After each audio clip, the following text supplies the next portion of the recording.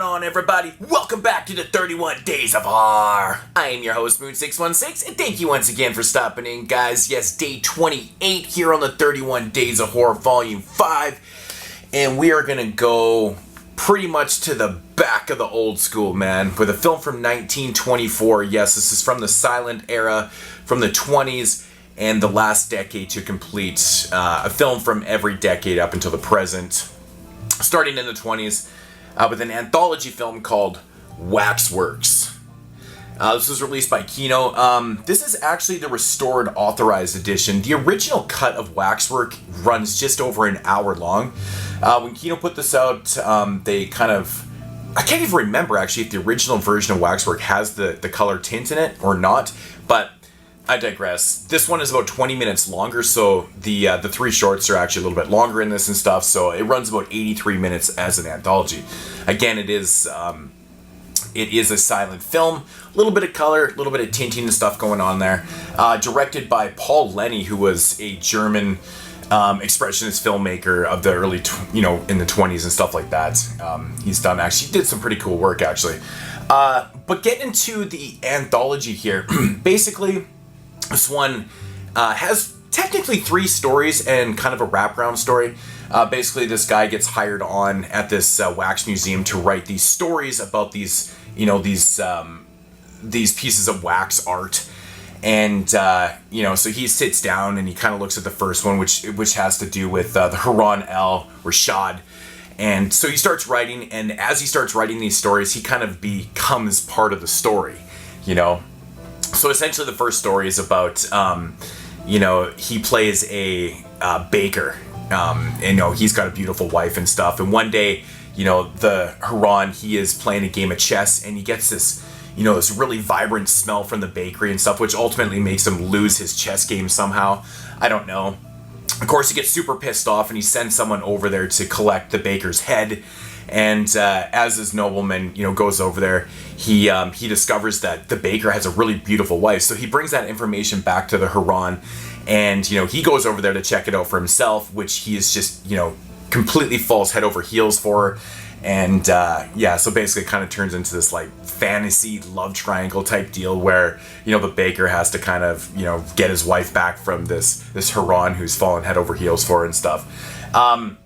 Then into the second one, it has to deal with Ivan the Terrible, who essentially is, he's Ivan the Terrible, man. He was into poisoning people and stuff like that and loving it. He was a very evil, maniacal person that would poison people, get off on it and stuff. He actually has a poison maker that does it for him. It's kind of a cool thing, too, because basically when they would poison somebody, they would turn this hourglass over. When the sand ran out, they would die, kind of thing. Ultimately, what happens is with this, with the poison maker, is that he, becomes a little bit, starts to have some feelings for one of the potential victims and stuff. And of course, Ivan the Terrible does not like that at all. He starts to fear for his life. And of course, the poison maker ends up writing his name on the hourglass and stuff. And so it kind of goes from there.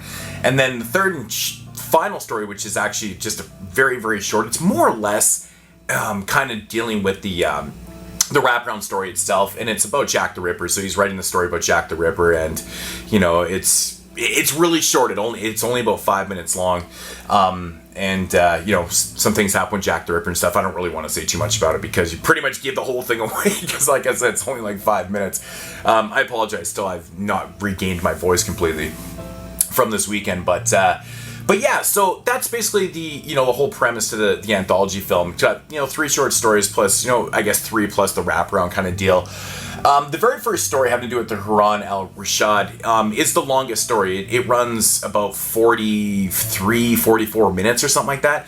And it's by far my least favorite one. I haven't seen Waxworks in a long time, and I kind of remembered why. It's like this fantasy romance kind of really goofy story. All the characters seem really goofy. It's more or less like a comedy, this kind of throwback comedy with, almost like physical comedy and things like that. Like there's even a part towards the end where, she's trying to hide him in their place and stuff, and she shoves him into the baker's oven, and it's just like super, super goofy. And at one point, he's got this kind of wishing ring thing, and, the baker at one point goes back to the guy's, the Haran's castle, and he ends up cutting off his arm, which he thinks it's the real person, but it's actually like a wax doll in his bed, and he cuts off this hand and it's like wax. It's like super goofy.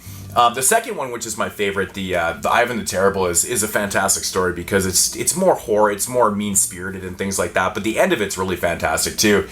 You know, having to deal with himself and, you know, possibly having to save his life because he may have been poisoned and stuff. It's actually really cool, but the Jack the Ripper story, it's really cool, man. They actually start to use a little bit of effects and stuff because it gets into this kind of dreamlike nightmare state and stuff. And, you know, it kind of has like all these kind of different Jack the Rippers and stuff. They superimpose some of the films, so it's like shot over each other. It's kind of transparent and stuff. And it's kind of cool because if you're watching this film back in 1924, you would have been like, whoa, that's pretty cool. How the fuck did they do that? We know now that it's super, super easy to do. It's putting film over film. It's really easy to do.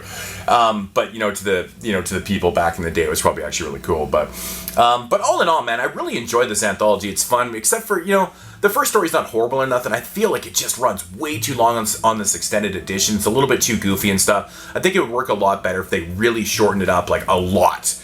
You know, the second story is fine. You know, it runs 35, 36 minutes, something like that.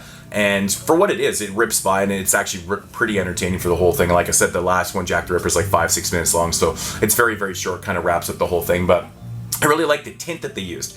That they put into this, man. It's got some really cool greens and pinks and reds and stuff. And I will say, Kino did a fantastic job with this transfer too, man. It's like unbelievable how it looks. It looks really damn good, which is really cool. So, but all in all, you know, my biggest gripe with watching a lot of these older silent films isn't necessarily the stories themselves. And I like the whole silent aspect, you know, that type of acting and, you know, just the little snippets with the dialogue and stuff. I like that whole aspect. The thing that kills me is listening to the same piano riff for like 83 minutes long. I mean, it does change. It has chord changes and stuff like that, dealing, you know, with certain parts.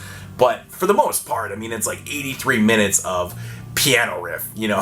So it gets a little bit redundant in itself. So that's kind of the hardest thing. I mean, ultimately, I guess you could watch this even more silent. You just mute the fucking thing so you don't have the piano riff playing the whole time. But yeah, man, Waxworks, I think this is one of the better silent era films out there. It's, you know, it's interesting too because I'm not sure if this was like the very first anthology film. I never actually did my homework on that. I'm assuming it probably is up there. But yeah, 1924 is Waxwork, man. If you've never seen any silent films before, go out and check some of them out. I think Nosferatu is a really, really great one. Dr. Caligari is like an amazing one. The Cat and Canary. There's lots of really great ones out there. The Phantom's Carriage is just probably my all-time favorite with Caligari. Yeah, man, this one's up there too. I'm gonna rate this one about a 7.5 out of 10, man. So yeah, it's solid. Waxworks, 1924. It's actually kind of interesting, man. Paul Lenny, who directed this, actually ended up dying of blood poisoning, I believe, when he was about 44 years old, which is kind of ironic, actually, that the middle short in here, Ivan the Terrible, actually has to deal with poisoning and stuff. So I thought that was actually kind of interesting that he died from that. But I digress, man. Really cool German expressionism stuff right here. So give it a shot. And that's going to do it here for day 28 here. 31 Days of Horror, Volume 5. Yes, man, we are getting close. I mean, we're pretty much at the end. We only got about 3 more days left. So I always feel like October just tears by every year when I do this. It's crazy. It's like, it just seems like yesterday I was doing day 1, and I always, right about now is when I start to feel kind of like, oh man, this month is ending. We're going into November. And that just means fucking where I'm from, it's just going to be cold and shitty and snowy. And so that sucks, man. But whatever. It is what it is. Check you guys out tomorrow on day 29. And as usual, deuces!